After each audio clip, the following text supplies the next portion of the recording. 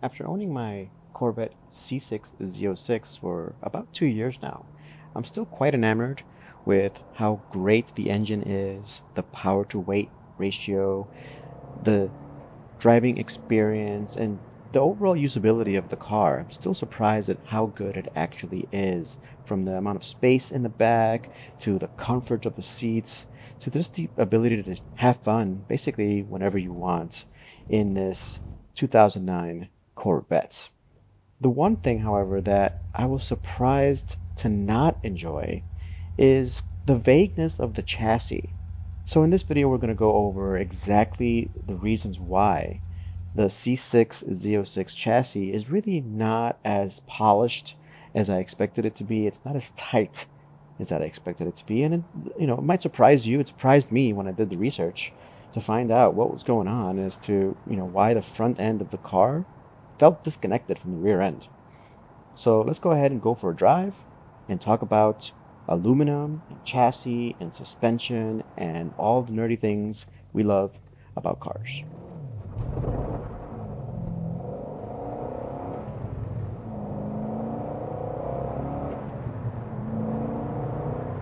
So let's go ahead and define what I mean when I say vague steering, because it may not be what you think, because I really think this car has really excellent performance when it comes to being on the track, when it comes to back roads, canyon carving.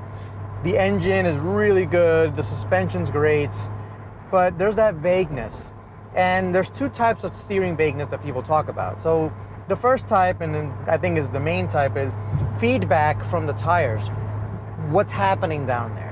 And after most hydraulic steering pumps have gone away and been replaced by the electric power steering pumps, steering feel from that aspect has gone away.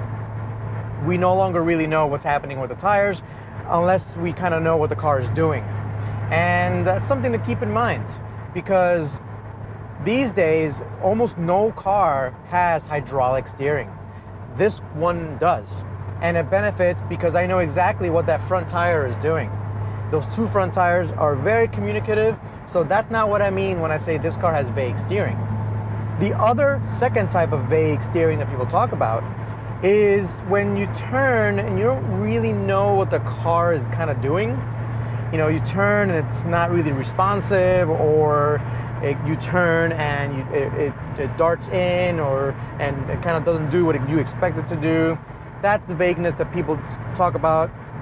It's not as common, but that's the vagueness that I feel in this car.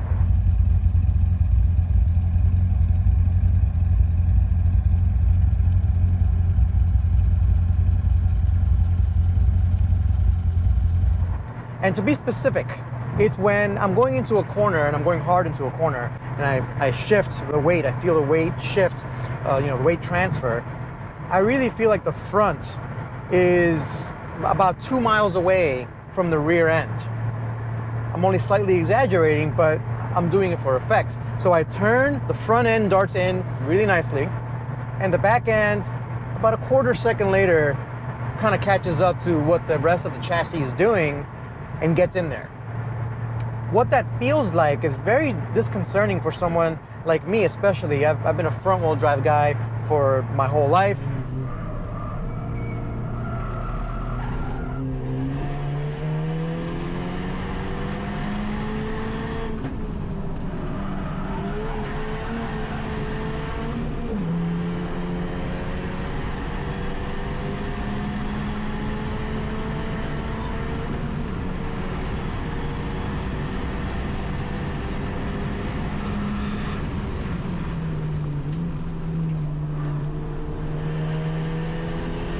I got a Camaro ZL1 1LE.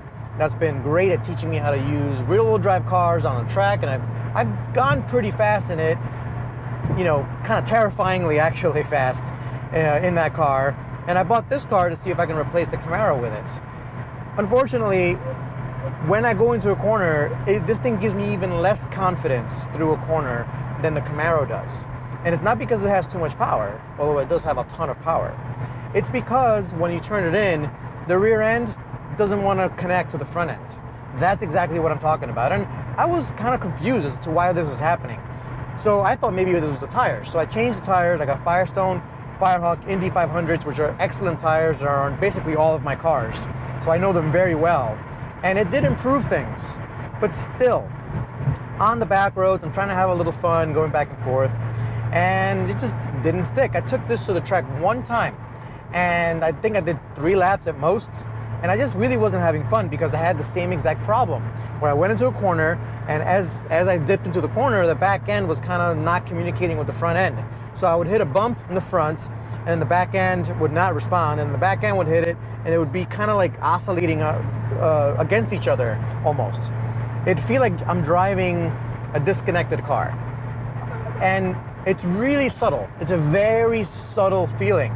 You know, if you didn't have as much track experience as I do, you may not even notice it. Most people probably don't notice this. But I was really interested as to why this is happening. How can this be? This has, after all, an aluminum chassis. Aren't aluminum chassis the most stiff chassis you can get? And that's the answer. So yes, aluminum is the stiffest and strongest material, pound for pound, which is very important. Now, pound for pound means you can use a lot less weight and still have the same strength as you would a steel chassis. In case you guys don't realize, the C6 Z06 is the first aluminum chassis Corvette that Chevy ever made. So that's something to keep in mind. This is the first time this whole chassis was made out of aluminum.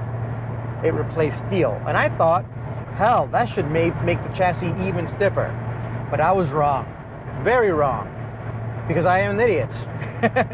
Now, keep in mind, when you're making a chassis, you're restrained not only by weight, but you're restrained by space. You don't want this A-pillar or C-pillar or the chassis around you to be huge and gigantic, because that's what you need for torsional rigidity. You can't have that. You're restrained not only by weight, but you're restrained by space. And when you're replacing steel with aluminum, because you're forced into certain dimensions, you really can't add stiffness where you may want to.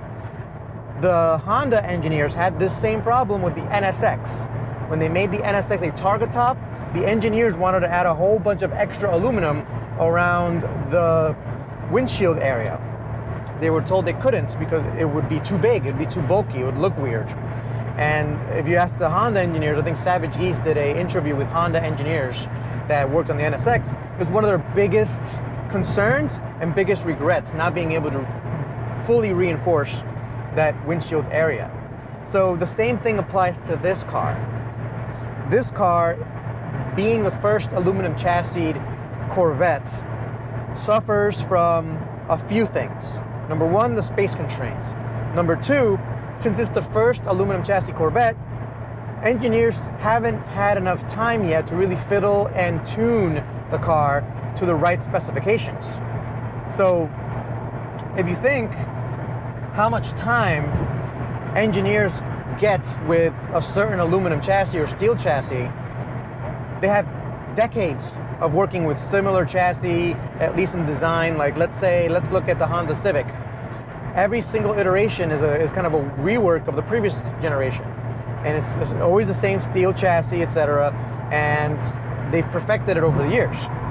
Now, when you switch from steel to aluminum, almost all of the math that you had developed for your chassis has to be thrown away and replaced with new aluminum math.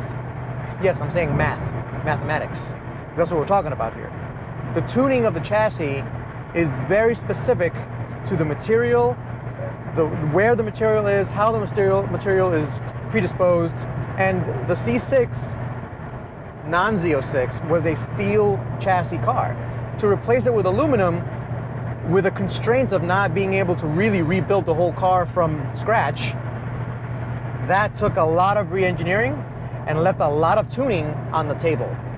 And so when you really realize, okay, aluminum, it's stronger per pound, but you're constrained by space, the tuning, they didn't have the availability, they didn't have the capacity or the time to get the tuning exactly right.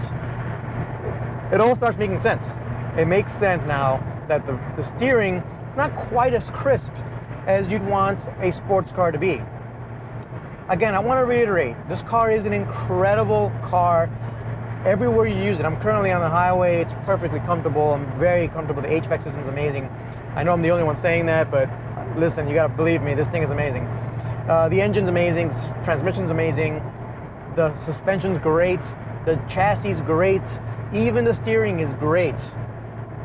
But I had a higher expectation of kind of the feeling of this car. Now, very few people have the use case scenario that I do. I want a car that can be very crisp on the track, but also can be used on the highway, and also can be used, with the family, and also can be used for road trips. It's a lot of different things, and the biggest issue is I want it to be exciting and fun on the track. And while this car is very fast and in capable hands, faster than almost anything out there on the track, it's not as fun as a slower, even an older Civic Type R, Civic Si. Those are more fun on the track. You can throw them around, you can abuse the crap out of them, they're not gonna bite you much. It's just a different experience. So I'll end it with that, guys. Let me know what you guys think in the comments below. If I'm completely wrong and off base, or if there's some kind of suspension thing that I need to do to fix it. I don't think any of that stuff is gonna work, because what I'm feeling is kind of a disconnected feeling between the front and the back. That really is due to chassis stiffness. And there's nothing you can really do. I mean, hell, for proof, the fact that they took the fixed roof, so they took the Targa top out of the C6 and they welded this shut for the Z06s for stiffness, tells you that they were looking at anything possible to increase the stiffness of the chassis. So that goes to show you the engineers tried their best and they did really well. But for me, it's just missing that little extra spice that makes everything nice. All right, guys, I'll leave it there. Thanks for watching. I'll catch you guys next time. Peace.